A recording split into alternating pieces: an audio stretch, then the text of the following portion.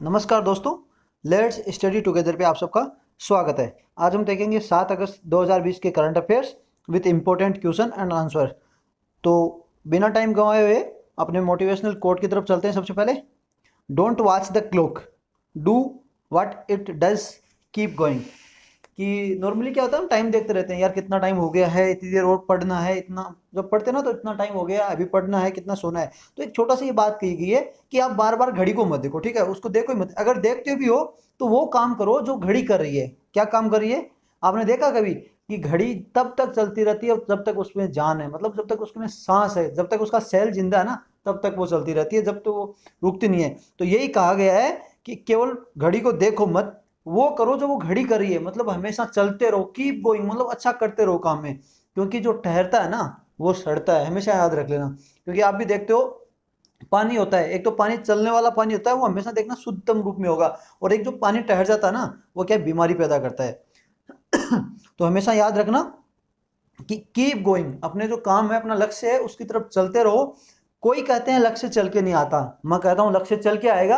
आप उसकी तरफ कदम बढ़ाते जाओ, आपको लगेगा कि दूरी कम होती जा रही है। तो आप किसी भी तरह पर्सपेक्टिव में ले लीजिए और हमेशा आगे बढ़ते रहिए। तो चलो, सबसे पहले हम कल के जो इंपॉर्टेंट क्वेश्चन थे उनको एक नज़र से देख लेते हैं।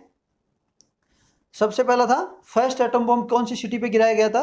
वो हिरोशिमा पे गिराया गया था, अमेरिका में, तो सेकंड वर्ल्ड वार में, जो कि 6 अगस्त 1945 को गिराया गया था। नेम है the name of the first atom bomb, जो पहला एटम बम जो गिराया गया था हिरोशिमा पे, उसका नाम क्या था? तो उसका नाम था लिटिल बॉय। और दूसरे का है, जो दूसरा बम गिराया गया था उसका था फेटमैन। तो दोनों याद रख लेना। दूसरा गिराया गया था नागासाकी पे, उसका नाम था फेटमैन, सॉरी।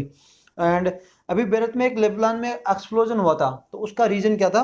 तो ये वहां पे बहुत सारी, लगभग 2700 जो टन में जो अमोनियम नाइट्रेट रखी हुई थी ना, वो एक्सप्लोड कर गई थी।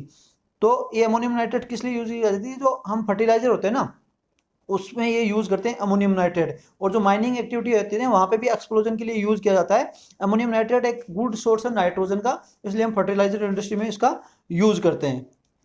और सेकंड है, India's number in sugar cane production. India कौन से नंबर पे है शुगर केन प्रोडक्शन में? तो इंडिया सेकंड नंबर पे है शुगर केन प्रोडक्शन में। तो ये किसने न्यूज में है कि अभी शुगर केन जो प्रोडक्शन है उसमें कुछ जो नॉर्म्स हुई, कुछ पॉलिसीज चेंज हुई हैं, उसके बारे में रिगार्डिंग है। अगर इसको बारे में देखना है तो आप पीछे कल का जो 6 अगस्त का जो वीडियो है उसको एक बार देख लीजिएगा। नेक्स्ट न्यूज है, इरेडिकेशन मॉडर्न स्लेवरी रिपोर्ट किसके द्वारा मतलब पब्लिश की गई थी? तो ये कॉमनवेल्थ ह्यूमन राइट इनिशिएटिव है। तो ये एक कॉमनवेल्थ का जो एक non profit non governmental organisation है, जो कि जो कॉमनवेल्थ जो नेशन है, कॉमनवेल्थ नेशन कौन से हैं जो कभी ना कभी ब्रिटेन के उपनिवेश हुए थे, उनके अंदर क्या है, जो ह्यूमन राइट्स के हैं उनके बारे में मतलब जांच करता है, रिपोर्ट तैयार करता है। Next, petroleum petroleum and natural gas regulatory board is a, मतलब कौन सी बॉडी थी? तो स्टेचुटरी बॉडी है, जो कि petroleum and natural gas regulatory board act 2006 के तहत बनाई गई थी। इसने क्या है, अभी क्या है, कुछ जो पेट्रोल जो गैस सप्लाई करते हैं, पाइप गैस हो गई, जो सीएनजी गैस हो गई, उसके लिए क्या है, कुछ नॉर्म्स रिलीज की, मतलब ईज किया है कि तो और जो बाकी की कंपनी है, प्राइवेट कंपनी है, इसमें भी क्या है, अपनी हिस्सेदारी बढ़ा सके।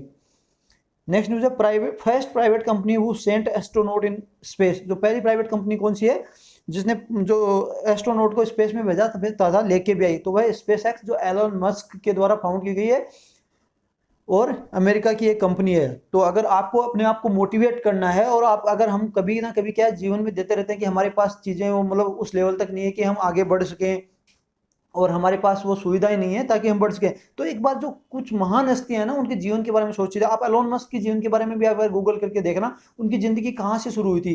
ठीक है, वो स्ट्रीट लाइट के नीचे पड़े हैं। जैसे अब हम अब्राहम लिंकन का उदाहरण लेते हैं, जो अमेरिका के राष्ट्रपति बने थे, और आज अपने देश के प्रधानमंत्री जी का आप उदाहरण ले लीजिए, जो एक रेलवे स्टेशन से मतलब चाय बेच के देश के प्रधानमंत्री गए। तो हमें कभी भी अपने आप को अंडरमाइन नहीं करना। परिस्थितियों, जब परिस्थितियां कभी भी हो सकती हैं, परिस्थितियों को हमें चेंज करना है। परिस्थितियां तभी होती है ना, कहा जाता है ना कि जो मुश्किल की घड़ी होती है ना, संकट का समय होता है, उसी समय आदमी हमेशा नायक बनता है। तो आप याद रख लेना, अगर आपके ऊपर कोई घड़ी आ रही है, मुसीबत की आ रही है, आपको मतलब आप लगभग नीचे डूबते जा रहे हो, तो ये सोच लेना कि भगवान ने आपका साथ देना शुरू कर दिया है, आप उठ सकते हो। अगर आप उस समय हिम्मत हार गए, आपको मैं एक बार बोल रहा हूं, अगर आप उस समय हिम्मत हार गए तो सोच लो आप नीचे डूब जाओगे। और जब मुसीबत की घड़ी में जो आदमी हिम्मत बांध देता है ना, तो उसको कोई का माई का लाल रोक नहीं सकता। आप हमेशा, आपको आपका भविष्य एकदम स्वर्णिम भविष्य हो जाएगा। तो यही कहता हूं कि अब आज से ही जाग जाओ, या तो अपने भविष्य को सोना बना दो या सोने में गुजार दो। तो अपनी नींद को कम कर दो और भविष्य को सोना बना दो। तो संकट की घड़ी में नायक बनाए जाते हैं। इस बात को, कहानी को, एक बार कहावत को फिर से याद कर लेना। अगर आप पे कोई संकट आ रहा है, आप परिस्थितियां अगर विषम परिस्थितियां हो रही हैं, तो सोच लो भगवान आपका साथ देना शुरू कर दिया है। और आप उन परिस्थितियों को देख लीजिए। अगर आपने आज मेहनत कर ली तो क्या करोगे, आपको कोई नहीं रोक सकेगा। कोई आप रोकने वाले हो ही नहीं, मतलब कि कोई रोक ही नहीं सकता आपको। चलो बिना टाइम का नेक्स्ट देखते हैं। कोविड-19 बायो रिपोजिटरीज बनाई गई थी, तो स्टैब्लिश की गई थी, तो किसके सपोर्ट से की गई थी? ये डिपार्टमेंट ऑफ बायोटेक्नोलॉजी के सपोर्ट से की गई। इसमें क्या है, जो वायरल जो हो ना, तो जो बीमार आदमी है ना, उनका सैंपल रखे जाएंगे, ताकि जो इंडिया के भी जो एकेडमी है वो इसके ऊपर रिसर्च कर सके आगे, और इस वायरस का जो कैसा आगे पनपता है तो इसके बारे में वो अनुसंधान कर सके, इसलिए ये रिपोजिटरीज बनाई गई हैं। नेक्स्ट क्वेश्चन है, जो which organisation collaborated with SIDBI to launch MSME Saksham portal? तो एमएसएमई सक्षम पोर्टल किस लिए बनाया गया है? तो बनाया गया था कि जो एमएसएमई जो सेक्टर है ना, उसको, उनको क्या है, थोड़ा मतलब एक तरह से सहायता प्रदान की जाए, क्योंकि इस बार कोविड-19 के चलते क्या है, बहुत ज्यादा जो सबसे ज्यादा जो डाउन गया है वो एमएसएमई सेक्टर गया है। और आपको जैसे भी जानते हो कि अगर देश में सबसे ज्यादा कोई एम्प्लॉयमेंट जनरेट करता है तो एमएसएमई सेक्टर ही है, क्योंकि उसमें क्या है, एक तो जो टेक्नोलॉजी होगी ना वो ज़्यादा नहीं होती, वहाँ पे लेबर ज़्यादा काम करती है, और जब लेबर ज़्यादा काम करेगी तो वो उतना ही ज़्यादा एम्प्लॉयमेंट जनरेट करेंगे। तो बड़ी बड़ी इंडस्ट्रियों से भी ज़्यादा एमएसएमई सेक्टर क्या है, एम्प्लॉयमेंट जनरेट करता है। तो ये सिडबी के साथ किसने कोलैबोरेशन किया था? Trans union civil.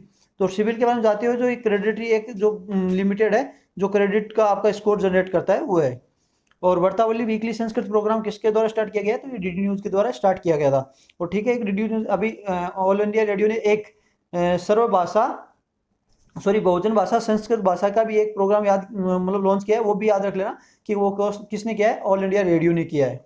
तो चलो बिना टाइम गंवाए अब आज के जो इम्पोर्टेंट जो न्यूज़ है वो देख लेते हैं।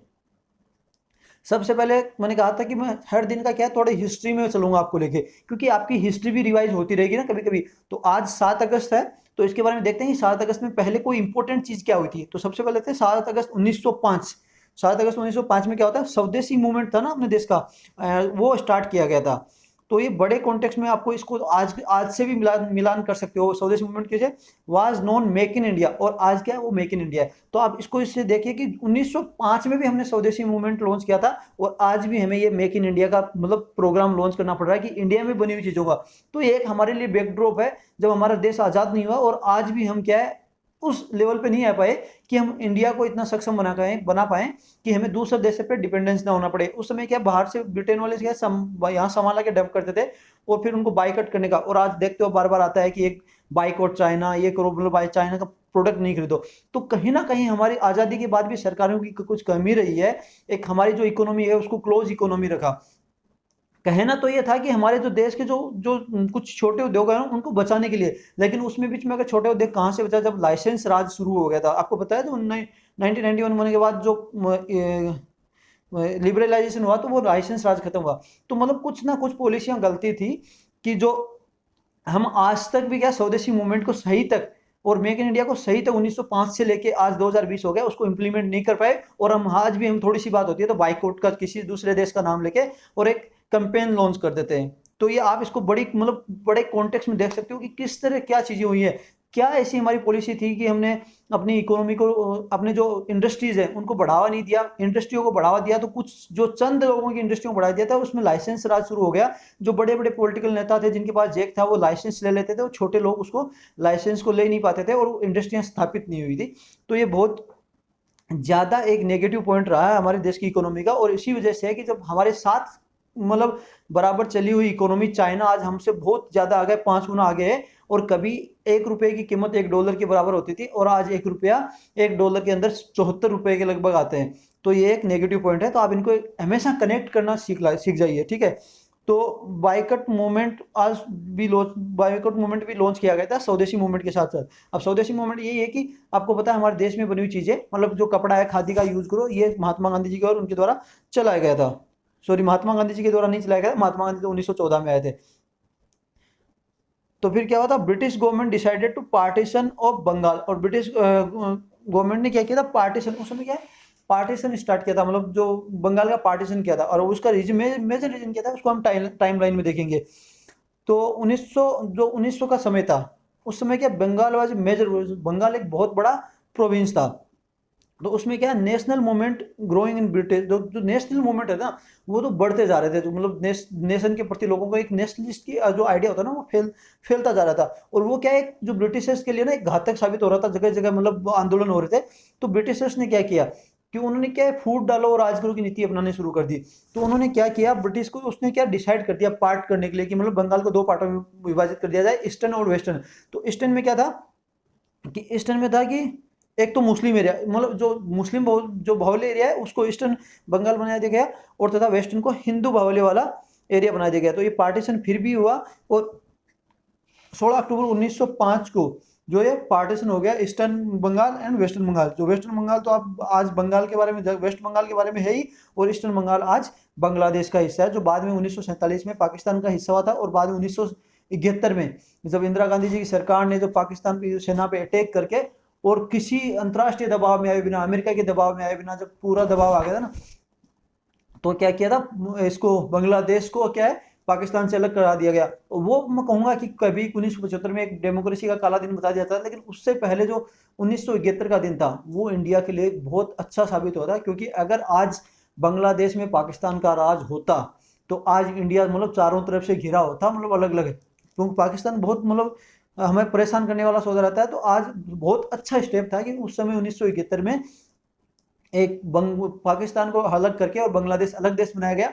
और उस समय जब हमें देशों की बात आती है, तो उस समय रशिया का भी बहुत बड़ा अच्छा सपोर्ट रहा हमारे साथ, कि जब अमेरिका की जो नेवल शिप थी वो इंडिया पे अटैक करने आ गई थी, तो रशिया ने अपना जो बेड़ा था वो इंडियन ओशियन में तैनात कर दिया, कि हम इंडिया के साथ हैं, अगर आपका अगर बेड़ा अगर इंडिया की तरफ अटैक करने आता है, तो हम आप पे अटैक कर देंगे, और हम न्यूक्लियर वेपन ला करके रखा है।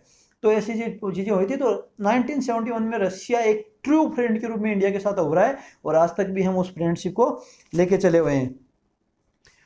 चलो नेक्स्ट न्यूज देखते हैं। नेक्स्ट न्यूज है, Mumbai receives highest rainfall of the season. तो इस बार क्या है, मुंबई ने हाईएस्ट रेनफॉल सीजन की मतलब रिसीव किया है। तो उसमें थोड़ी सी बातें आती हैं जोड़ने के लिए। तो आप देखते हो क्या दशा हो रही है, कि जैसे कोविड-19 के चलते क्या हुआ है, स्विमिंग पूल बंद हो गए, तो भगवान ने क्या किया कि ये लो भाई स्विमिंग पूल आप तैर लीजिए। तो ये हालत हो गई। इससे भी आप हालत ज़्यादा डिग्रेड से, मैं तो मजाक के लिए बोला हूँ, लेकिन इससे भी हालत क्या है कि लोगों के घरों में जो खिड़कियाँ होती है ना, उससे पानी घुसने लग गया है। तो मतलब एक तो आप खुद सोचिए कि खिड़कियों मतलब सड़कों से, आप आज नॉर्मल गाँव की तरफ जाते हो तो क्या सड़क होती है ना, उससे घर ऊंचे प्लेटफॉर्म पे बने होते हैं, आप हमेशा देखना। लेकिन यहाँ पे घरों में पानी खिड़कियों से आ रहा है। इसका मतलब क्या है कि जो घर है ना, उनका मतलब डेवलपमेंट, प्लांट डेवलपमेंट नहीं रहा है कहीं ना कहीं से ना। एक जो एक इंडस्ट्रियल हब है हमारा जो मुंबई है, एक बॉलीवुड की जो सिटी मानी जाती है, इंडस्ट्रियल हब है, वहाँ पे एक प्लांट डेवलपमेंट नहीं होता, मतलब वहाँ पे कुछ प्लानिंग नहीं है कि घरों में पानी, अगर रोड से पानी जा रहा है तो एक आप सोच सकते हो डेवलपमेंट किस हद तक रहा है। और आप इसको लिंक करना, आप हमेशा जोड़ना क्या अभी क्या है, जो ministry of environment and forest and climate change है, उसने क्या किया, एक तो एनवायरमेंट इम्पैक्ट असेसमेंट। तो हर जगह ये जरूरी नहीं कि मुंबई है तो वहीं पे कुछ होता है, इसको डाइल्यूट किया है। दूसरा, national board of wild life, जो वाइल्ड लाइफ है उसको भी डाइल्यूट किया है। इसमें कहा गया है कि अभी क्या जनता से एक तो मतलब कुछ आपको पूछना ही है, कुछ सर्टेन टाइप के कुछ जो जो डेवलपमेंट प्रोजेक्ट है उनको जनता से पूछना ही नहीं है, ठीक है। और वो और कुछ तो ऐसे हैं कि अपने आप ही क्लियर हो जाएंगे, आपको बस बनाना शुरू करना है, एनवायरमेंट का बाद में क्लियरेंस लेता है। तो ये कभी हुआ है कि आप काम करना शुरू कर दो और उसका क्लियरेंस बाद में मिल जाएगा, अगर काम ही शुरू हो गया तो फिर क्लियरेंस क्या होना है। तो ऐसी चीजें हैं। और ऐसे जो national board of wild life है, उसमें भी क्या किया है कि आप रेलवे लाइन बिना, जो इसकी स्टैंडिंग कमेटी है, उससे बिना अप्रूवल के आप रेल लाइन हो गया, कोई डेवलपमेंट प्रोग्राम है जो 20,000 जो स्क्वायर मीटर है उससे नीचे नीचे का अगर डेवलपमेंट प्रोग्राम हो गया, और कुछ भी और भी काम है, जैसे जो 25 मेगावाट की जो बिजली वाले जो हाइडल पावर प्रोजेक्ट है, वो आपको इसकी एनबीडब्ल्यू कि आपको कुछ लेना ही नहीं है, आपको कोई रिकमेंडेशन लेने की जरूरत नहीं है, आप प्रोजेक्ट शुरू कर सकते हो। तो ये जो क्या है आगे जाके जो क्या है एडवर्स इफेक्ट करेंगे, कहीं बाढ़ ले आएंगे, कहीं पे क्या रोड स्लाइड होगी, कहीं पे मतलब ये एक एडवर्स इफेक्ट करता है एनवायरमेंट पे। और जैसे आज मुंबई में हो रहा है, एक अनप्लान्ड सिटी का डेवलपमेंट हुआ, तो आज उसकी दशा हो रही है। अब सोचिए इसमें पानी कहाँ से निकालेंगे, क्योंकि समुद्र का क्या लेवल अभी और ऊंचा हो चुका है। तो अब पानी अगर समुद्र में निकलता है तो वो भी नहीं निकलेगा। तो इससे वे फिर फॉरवर्ड कहाँ हो सकता है, या तो इतना बड़ा नाला बनाया जाए कि जो बुंदेलखंड एरिया में पानी निकल जाए, लेकिन अचानक पानी, जो इतना बड़ा नाला बनना भी अभी मुश्किल नहीं है। तो इसके लिए अभी बहुत ज़्यादा वेल डेवलप प्लानिंग चाहिए। तो अब इसके लिए अदर पॉइंट्स क्या, एक तो सिटी प्लानिंग बता दिया, अब डिजास्टर मैनेजमेंट है उसको भी बहुत हद तक मतलब इसको पूरी सिटी का जियोग्राफी देख के कुछ डिजास्टर मैनेजमेंट को कुछ अलग करना होगा। फिर क्या वेदर रिपोर्टिंग हो गया, तो वेदर रिपोर्टिंग तो हम टाइम टू टाइम पहले ही कर दिया था, लेकिन वेदर रिपोर्टिंग से भी क्या हो जाएगा जब आप सिटी की प्लानिंग ही अच्छी नहीं है। तो ये चीज़ें हो जाए तो आप इंटरलिंक कर सकते हो इन चीज़ों को, ठीक है।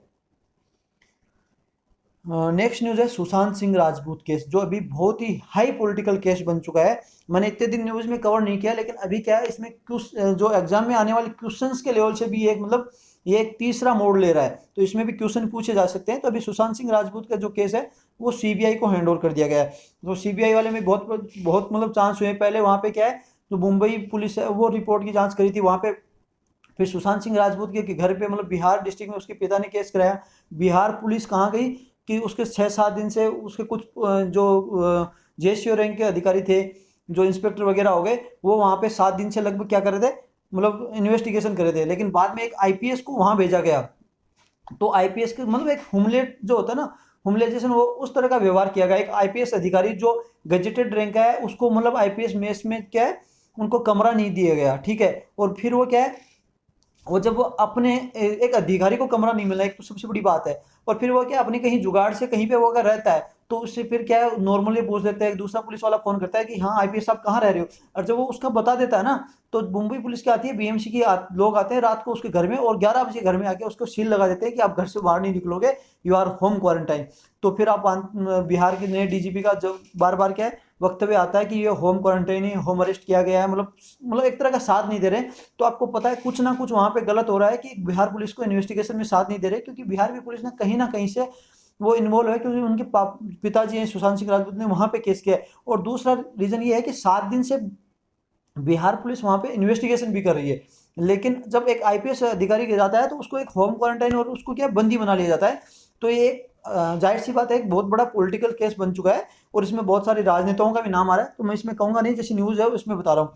तो अभी तीसरा कंसर्न क्या आया है, अभी क्या सीबीआई को केस दिया गया है। अब वो सीबीआई क्या बिहार पुलिस के जो केस था उसके एफिडेविट से सीबीआई ने भी केस मतलब दर्ज कर लिया गया। अब सीबीआई को कैसे डायरेक्ट हुआ है कि सुप्रीम कोर्ट में एक गुहार लगाई गई है, और सुप्रीम कोर्ट ने इसको सीबीआई को क्या है डायरेक्शन किया है इस केस के लिए, कि बहुत बड़ा हाई प्रोफाइल केस हो गया ना, तो सुप्रीम कोर्ट ने डायरेक्ट किया है सीबीआई को। तो अभी देखते हैं कि सीबीआई किसी केस को किस तरह हैंडल कर सकती है। तो सबसे पहले देखते हैं, CBI can take over the investigation of criminal case registered by state police. तो कोई अगर क्रिमिनल केस स्टेट पुलिस के द्वारा रजिस्टर किया जाता है तो उसको क्या है सीबीआई टेक ओवर कर सकती है। सबसे पहली बड़ी बात तो उसको हाँ सीबीआई टेक ओवर कर सकती है, आप याद रखना। लेकिन ये टेक ओवर कब कर सकती है, जब स्टेट गवर्नमेंट उसको रिक्वेस्ट करेगी। क्या है, ऐसे बिना जाए सीधा ही जाके वो टेक ओवर नहीं कर सकती है, जब उसको स्टेट गवर्नमेंट रिक्वेस्ट करेगी और उस रिक्वेस्ट के बाद अगर सेंट्रल गवर्नमेंट उसको एग्री करेगी हाँ कि सीबीआई जाके आप उसके जो स्टेट है उसमें जो ये केस है वो टेक ओवर करो। तो दो दो पहलू तो ये हो गए। तो इसमें क्या है कि स्टेट गवर्नमेंट क्या करेगा, एक नोटिफिकेशन इशू करेगा।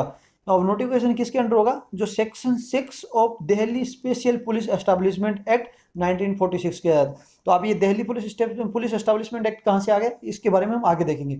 तो क्या है स्टेट गवर्नमेंट क्या है नोटिफिकेशन इशू करेगी, सेक्शन 6 याद रख लेना कि स्टेट गवर्नमेंट एक सीबीआई को बुलाने के लिए सेक्शन 6 के तहत एक नोटिफिकेशन इशू करती है। और जब वो नोटिफिकेशन हो जाता है तो उसके बाद क्या है, जो सेंट्रल गवर्नमेंट है वो सेंट्रल गवर्नमेंट भी सेम जो एक्ट है Delhi special police establishment act 1946 के तहत सेक्शन 5 के थ्रू एक नोटिफिकेशन इश्यू करेगी। तब जो सीबीआई जाके उस स्टेट में इन्वेस्टिगेशन शुरू करेगी। तो ये दो पहलू हो गए। पहला पहलू जो स्टेट गवर्नमेंट ने रिक्वेस्ट की, दूसरा सेंट्रल गवर्नमेंट ने एग्री किया, तो दोनों सेक्शन भी बता दी। एक तीसरा पहलू क्या है, जब भी लगे सुप्रीम कोर्ट को और हाई कोर्ट को कि अगर ये मतलब एक जस्टिस, अब आपको पता है सुप्रीम कोर्ट हाई कोर्ट के जो क्या है पावर बहुत ज़्यादा है, कि अगर किसी को जस्टिस देना है कंप्लीट जस्टिस, एक तो 32 में भी आता है ये जो फंडामेंटल राइट में होता है, और कंप्लीट जस्टिस में एक जो आगे कुछ सीआरपीसी की एक्ट भी है तो वो मैं आगे बताऊंगा।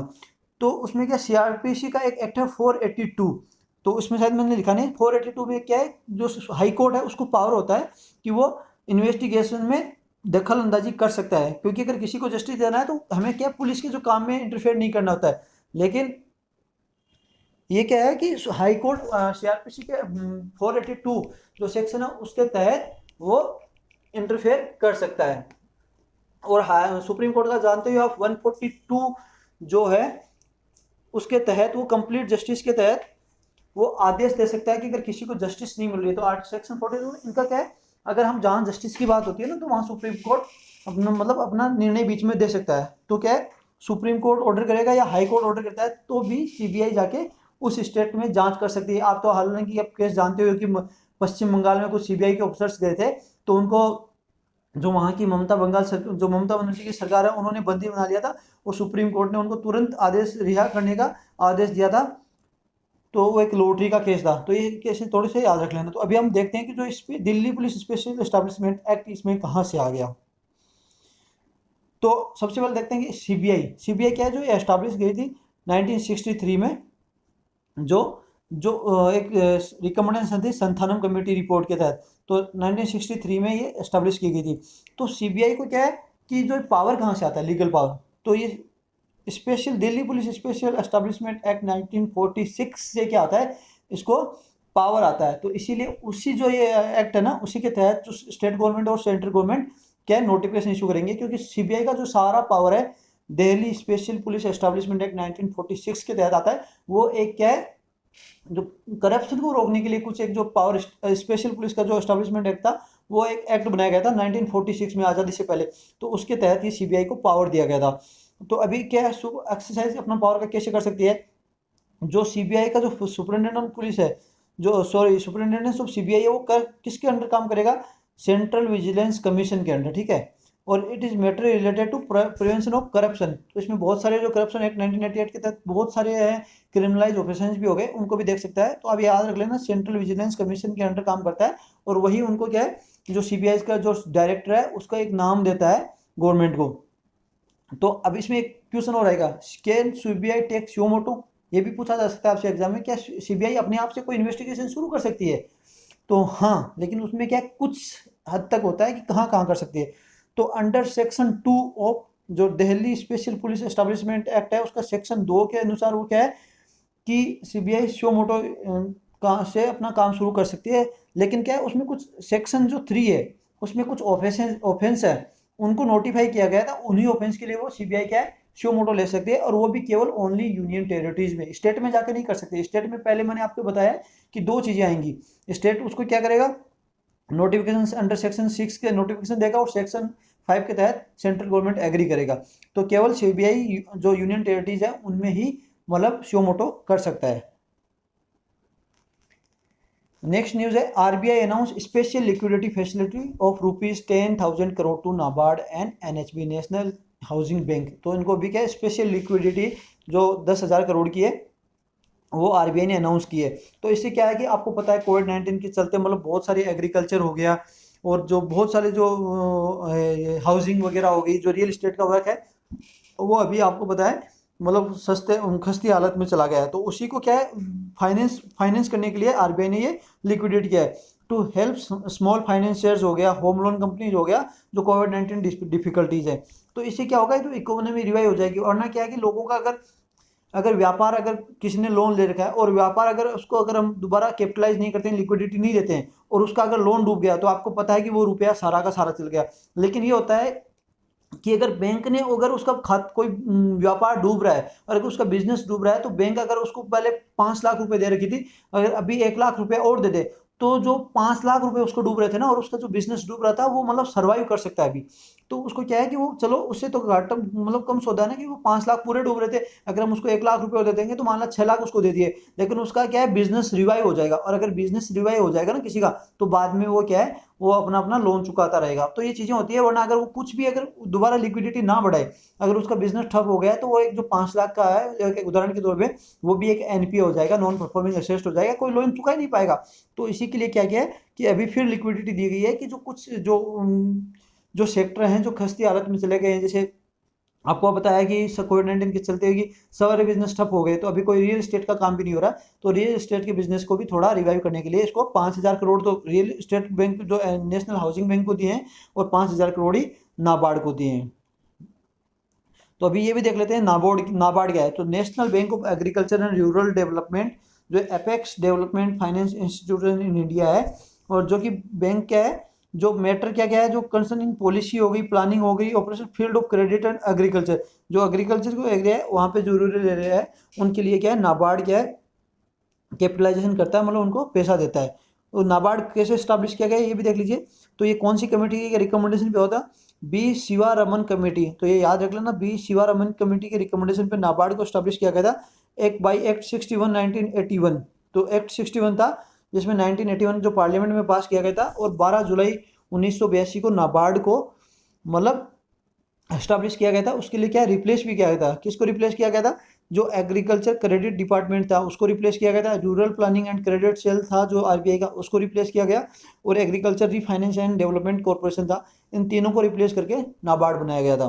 तो थोड़ा सा आप याद रख लेना। नेक्स्ट न्यूज़ थी अभी जो, हालांकि न्यूज़ थी 5 अगस्त को, जो हमारे देश के प्रधानमंत्री जी ने अयोध्या राम टेम्पल करके एक जो स्टोन फाउंडेशन होता है वो किया। तो ये चीज़ें होती है ना, ये जो एक सुप्रीम कोर्ट के आदेश में जो राम मंदिर बनाया, तो ये पूरे हियरिंग होने के बाद गई है। तो इसमें कभी क्या, आप देश के जो अपना जो एक अच्छी जो संस्कृति है ना उसको तोड़ मरोड़ कभी नहीं करना चाहिए। आपको मिलेंगे ऐसे एक दो लोग भी मिल जाएंगे जो उल्टे सीधे कमेंट करेंगे और इस पर क्या हिंसा भड़काने का काम करते रहते हैं। तो ये काम कभी नहीं होना चाहिए। इतने दिनों से बाबरी मस्जिद चल रही थी, राम टेम्पल चल रहा है, तो ये जरूरी थी थोड़ी थी। पहले अगर सभी मिलने लग गए कि उस समय क्या है, किसी मंदिरों को तोड़ के, जो टिप्पू सुल्तान हो गया, औरंगजेब हो गया, उन्होंने मंदिर बनाए। अब कोई आस्था की बात है तो ये जरूरी थोड़ी है मुसलमानों की आस्था रह गई, हिंदुओं की आस्था रह गई। एक ये बहुत मतलब पूरे न्यायालय ने ये डिसीजन दिया है, कुछ पीछे के फाउंडिंग देख के ये डिसीजन दिया है। तो कभी भी ये लड़ाई नहीं करनी है, ये देश भी यहीं रह जाएगा, ये धर्म भी रह जाएगा, और हम चले जाएंगे। तो किसके लिए हम लड़ रहे हैं, ये चीज़ें आप हमेशा सोचना। तो ये बात अलग ही बात थी। तो हम जो मेन एग्जाम की तरफ से जो क्वेश्चन आने वाला है वो हम देखते हैं। तो क्या है, सबसे temple will be built with Nagara style, जो टेम्पल है वो नागरा स्टाइल है उसमें बनाया जाएगा। और दूसरा क्या है, जो नागर स्टाइल है वो कहाँ पे है, नॉर्थ इन इंडिया में होती है। तो सबसे पहले देखते हैं नागर स्टाइल क्या है। तो उसमें क्या है, गर्भगृह होता है। तो गर्भगृह कहाँ होता है, उसमें जो टेम्पल होता है ना उसके जो एकदम बीच में होता है, जो वहाँ पे उसमें क्या जो डेटी होता है, जो देवता होता है वो रिजाइड करते हैं। जैसे ये टेम्पल हो गया तो लास्ट में जो एकदम ये छोटा सा बीच में होता है, जहाँ जहाँ भगवान की मूर्ति होती है उसको गर्भगृह बनाया जाता है। मंडप, जहाँ पीपुल मतलब इकट्ठे होते हैं और पूजा आरती करते हैं, तो ये सामने जो बहुत बड़ा हॉल होता है ये मंडप होता है। शिखरा, जो पिरामिडिकल शेप होता है ये शिखर बोला जाता है। तो ये हो गया शिखर, ठीक है। और ये इधर विमाना हो गया, विमान जो टावर हो गया। और वाहन, वाहन क्या होता है, जिसमें जो भगवान बैठता है एक तरह का, जैसे आप देखते हो कि नंदी का भगवान शिव के सामने एक नंदी की मूर्ति होती है, तो वो होती है वाहन। तो ये चीज़ें इस पे बनाया गया है। तो आप, मैं एक बार फिर से बता रहा हूँ आपको, जो कुछ मैंने एग्जाम के लिए बहुत है, अगर मेंस की तरफ आपको अगर जाके देखना है तो कुछ चीज़ें मैंने बताई थी कि ये इंपॉर्टेंट है। तो मेन के क्वेश्चन में एक ये क्वेश्चन इंपॉर्टेंट है, ये नागर स्टाइल इस बार आपके मेंस में 99.9% आपके एग्जाम में क्वेश्चन आएगा। नेक्स्ट न्यूज़ है, RBI repo rate unchanged at 4% and reverse repo rate 3.3%। तो आरबीआई ने क्या है, रेपो रेट को अनचेंज रखा है, 4% रखा है, और रिवर्स रेपो रेट 3.35% रखा है। तो ये किस लिए रखा है, जो अकोमोडेटिव स्टांस है जो कोविड-19 के चलते उसके लिए वजह से रखा जाता है। तो सबसे पहले देखते हैं रेपो रेट क्या होती है। रेपो रेट वो होती है जब आरबीआई जो अपना कुछ जो पैसा होता है वो उधार पे देता है, किसको, जो बैंक्स होते हैं। जैसे एसबीआई हो गया, उसको रुपयों की जरूरत है तो वो क्या आरबीआई के पास जाइएगा, तो आरबीआई उसको 4% इंटरेस्ट रेट पे एसबीआई को दे देगा। और रिवर्स रेपो रेट क्या होती है, जब आरबीआई उनसे वापस रुपए ले लेता है। तो अगर आरबीआई को रुपये चाहिए तो मतलब वो एसबीआई से रुपए लेगा, तो क्या आरबीआई तो बड़ा बैंक है तो वो उसको क्या है 3.35% ही ये देगा। तो ये ऐसा काम क्यों होता है कि आप देखिए अभी मतलब कुछ अगर इकोनॉमी ठहर सी गई है, रुपयों की कमी है, तो आरबीआई क्या करेगा, जो बैंकों को क्या है रुपए देगा। तो रिवर्स रेपो रेट अगर नहीं, सॉरी, रेपो रेट अगर लो होगी, अगर 4% भी होगी, तो क्या है बैंक उनको क्या है, अपने कस्टमर्स को क्या है सस्ते रेट पे क्या वो लोन प्रोवाइड कर पाएंगे। ठीक है। तो ये क्या होता है कि जो एक इकोनॉमी को एक बढ़ाने के लिए, सर्वाइव करने के लिए किया जाता है। क्योंकि इससे क्या है कि कैपिटल होती है, जो पूंजी होती है ना, वो बाजार में फैल जाती है। अगर रेपो रेट कम होगा तो लोग ज़्यादा लोन लेंगे। और ऐसा ही होगा जब वो हो जाती है मुद्रास्फीति शुरू हो जाती है, कि अगर मुद्रा के भाव गिरने लगे, कि अगर बहुत ज़्यादा बाजार में रुपए हो जाएंगे ना, तो उससे क्या है, उससे भी क्या होता है कि जो एक तरह का जो महंगाई बढ़ने लग जाती है। क्योंकि अगर सामान कम हो गया, सामान कम और रुपए बहुत ज़्यादा हैं, तो अगर सामान कम है रुपए ज़्यादा हैं, तो भी क्या है कि हमें एक सामान के लिए बहुत सारे रुपए देने पड़ेंगे। तो क्या उससे क्या है, अगर क्या रुपयों को क्या है वापस मार्केट से निकालना, तो ये रिवर्स रेपो रेट काम आती है। बैंक आरबीआई क्या करता है, ये रेपो रेट बढ़ा देता है ताकि लोग क्या लोन कम लेंगे तो मार्केट में रुपए कम हो जाएंगे। तो ये एक मॉनेटरी पॉलिसी है, किस तरह आपको महंगाई मतलब कंट्रोल में रखते हैं, कितना रुपया आपको मतलब बाजार में आपको मतलब इन्फ्यूज करना है, कितना रुपया बाजार रखेगा। तो ये आरबीआई कंट्रोल करता रहता है, ऊपर नीचे मॉनेटरी पॉलिसी है। तो अभी किस लिए किया गया है, जो एमएससी, जो मैंने बताया था कि सबसे ज़्यादा इफेक्ट जो पेंडेमिक का पड़ा है वो एमएसएमई पे पड़ा है। तो एमएसएमई क्या है, इसको जो अपना रिस्ट्रक्चरिंग डेप्ट कर सके, एमएसएमई वगैरह कुछ सेक्टर्स हो गए वो लोन ले लें, लोन लेंगे, सस्ते दाम पे लोन मिलेगा तो वो लोन ले लेंगे, तथा जो अपना जो जो घाटे में चल रहे जो कुछ सेक्टर्स है उनको क्या रिवाइव कर पाएंगे, तो वापस क्या है इकोनॉमी में एक तरह इकोनॉमी अच्छी तरह चल जाएगी। तो ये इसीलिए रखा है कि अभी सस्ते ही रेपो रेट रखेंगे ताकि कैपिटल इन्फ्यूज हो और जो कि कुछ जो सेक्टर है वो सर्वाइव कर पाए। तो चलो न्यूज़ के लिए आज इतना ही। आज अभी मोस्ट इंपॉर्टेंट क्वेश्चन देख लेते हैं।